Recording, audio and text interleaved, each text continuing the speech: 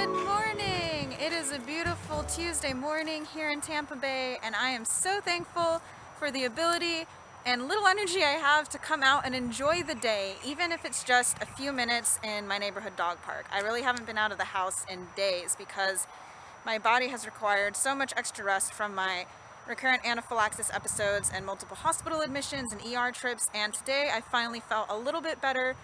And I know I'm only going to be out here for a few minutes, but it's worth it to me, and Harlow's happy to get out here and burn some energy. So I am out here with as many precautions as possible to prevent allergic reactions. We still don't know what's triggering my anaphylaxis. You know, Judd and I moved here in June of last year, and I've come to the dog park multiple times. I've had some minor reactions with hives from accidentally touching things, but never anaphylaxis. But I still want to be careful, so today I'm using gloves. It's my first day using my VOG mask, which is a microfiber mask that is reusable and it filters out allergens and pollen. This is just the most basic model. Some of my nurses recommended it in the hospital. One of my attending doctors recommended it. I'm getting out of breath. And some of my followers recommended it. Some said it helps, some said it doesn't. So I wanted to give it a try because it was only like 14 bucks on Amazon. So giving it a try today. Enjoying the beautiful weather for as long as I can, which is probably going to be about 10 minutes, but still, that is all good for me. Harlow, are you enjoying the day? Or a stick, as usual? Yeah, she found a stick. So Harlow and I are back home now from the dog park. I did only last about 10 minutes there, but I'm grateful for that time even. I'm still lacking a great deal of energy, so I feel pretty proud of what I accomplished today with that. Harlow's by the front door cooling off on the tile, and so this is the VOG mask. It's a very basic model.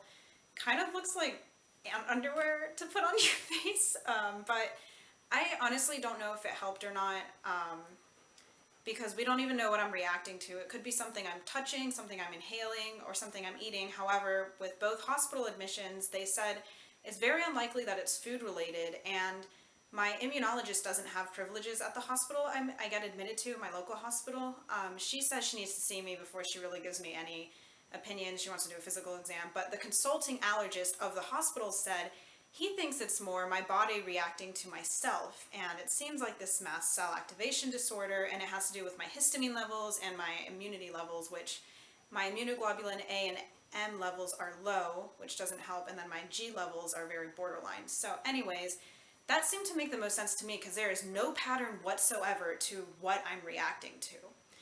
And that's why I'm just being extra careful regardless and trying to use as many precautions to prevent attacks, obviously. So today is supposed to be infusion day. It's Tuesday. However, every time I go into a hospital and I get admitted, my infusion company needs new scripts to show that it's safe for me to continue my infusions despite having a medical crisis. And they're sending, my POTS doctor is sending in my scripts today.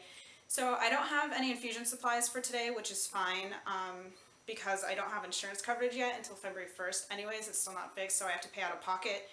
So it's kind of just, it's fine. I mean, I don't feel great, but for whatever reason, I think it's actually because I'm coming off the steroids, which raises heart rate, which makes my POTS worse.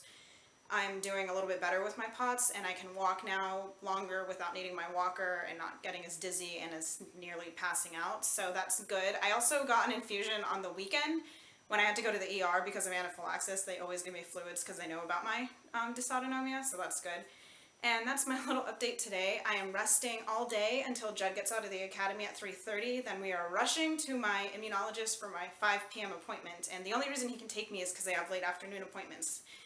I mentioned before, if he misses any more time from the law enforcement academy, he has to repeat, and that's not an option. So we're relying on friends and family to get me to my other doctor's appointments that are too far away starting February when my insurance is reinstated. And that's my big spiel for today. I'm gonna go relax on the couch a little bit and cuddle with Harlow. Medicine time. I take pills 5 times a day to manage my multiple chronic illnesses, and then of course there's my as needed medications.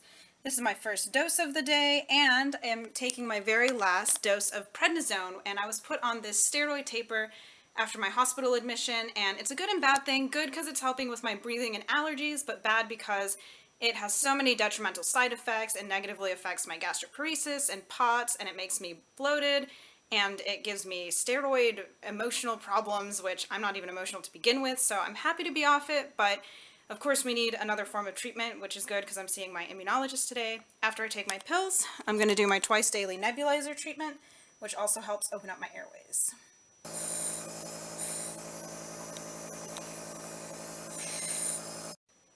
So, after medicine, I took a quick shower and got dressed for the day, and that took out all of my energy, so I just fell asleep for about an hour and a half on the bed here, and I didn't even realize I had fallen asleep and gotten comfy with the blanket and everything, so that's nice. At least I'm rested as can be. I haven't eaten anything except for some cereal today, so I'm gonna try and conquer that now. Just enjoying a sandwich with some crackers and maybe a little bit of chocolate if my stomach will allow it, and some apple juice for lunch. So remember, the doctors do not think it's food related that's triggering my anaphylactic reactions so far, so I'm not changing my diet. Plus, it's kind of dangerous to drastically change your diet when you're having so many allergic reactions. I am sticking to foods I always eat, so I don't have any potential of adding in new contaminants that could make my system angry. I had lunch. Unfortunately now my stomach is hurting me quite a lot from my gastroparesis, which is delayed stomach emptying. Getting up and walking to grab something will actually cause more pain in my stomach. It's best for me just to sit here and let it pass. So I'm gonna have Harlow do a task to help mitigate my disability. Harlow, get the blanket. Get the blanket. Good girl. You're such a helpful pup. Come here. Good girl. Such a helpful dog. And I'm just gonna lay here, hope this passes, and rest until Judd gets home so we can go to my appointment. Well, we are on the road to my immunologist appointment, and we're gonna make it just in time, especially because Judd drives fast. And I am worried that my immunologist is gonna say, sorry, I don't know how to help you, your case is too complicated, but Judd and I have a backup plan. We really like the allergist from the hospital, so come February when my insurance is reinstated, I'm gonna go to him for another opinion, which is just about a week away. And until then, if my immunologist doesn't have any way to help us, we have a prescription from the hospital for the cromulin nebulizer at Walgreens that we can pick up and pay for and afford out of pocket until then. So maybe we can try that, and we'll see, because the hospital thought it was a good idea, but I still want to give my immunologist a chance. She didn't sound too overly confident with me on the phone, so that's why I'm worried. But we'll see, and I'm keeping the mask on because unfortunately Judd is extremely sick, like chest cold, not good, and if I catch it, I'm done for. So No bueno. let's keep all fingers and paws and tails crossed that the appointment goes well and that I don't get sick and Judd feels better soon. We got a sleepy puppy who's being a good service dog, and we're gonna watch Finding Dory while we wait hours for the doctor to come. Well, it is 8:15 p.m. and Judd and I just got home. We are thoroughly exhausted. My immunologist is an hour away. Plus we were the last appointment of the day, so the staff was a little bit behind, and yeah, we're tired, but I just wanted to give you all a brief update on the appointment before I went to bed. So unfortunately it didn't go as well as I had hoped. My immunologist was honest with me and told me that my medical case has kind of evolved beyond her realm of expertise, and she really feels like I need to go see a more experienced allergist or mast cell expert, and even travel out of state to see one of the members of the Mastocytosis Society. And that is just like crazy to me because that is going to be expensive and really hard on my health, but it's something we need to look into. She wants me to do a bone marrow biopsy even though my blood tryptase levels are normal, which is something you look into for systemic mastocytosis.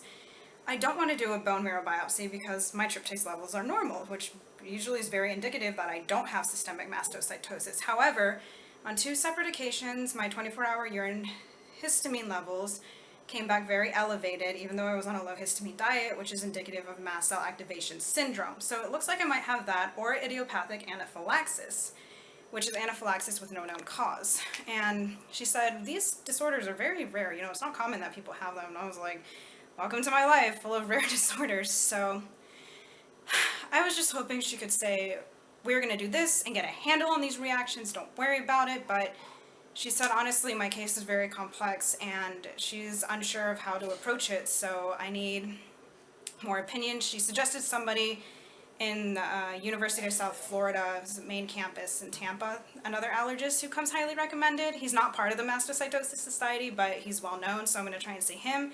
And I'm also going to try and get in to see my local hospital's attending allergist who saw me while I was hospitalized, because he gave me a lot of good info.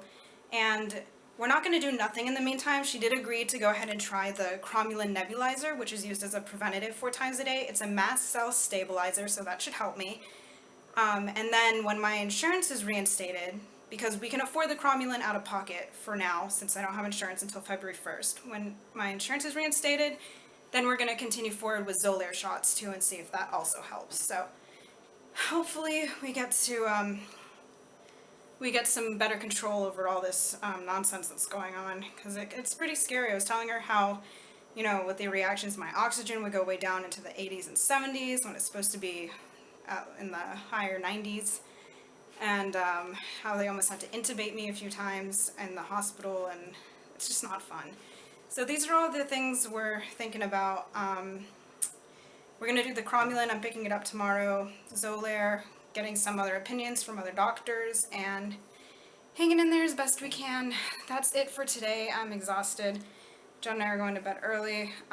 Thank you for joining us. Thank you for joining us on this adventure and seeing what it's truly like to live with chronic illness, because it is teeming with misconceptions, and I want to show the world what it's really like to be living with a chronic illness. And yeah, so just thank you all for your support, and that's it for today. I will see you all tomorrow.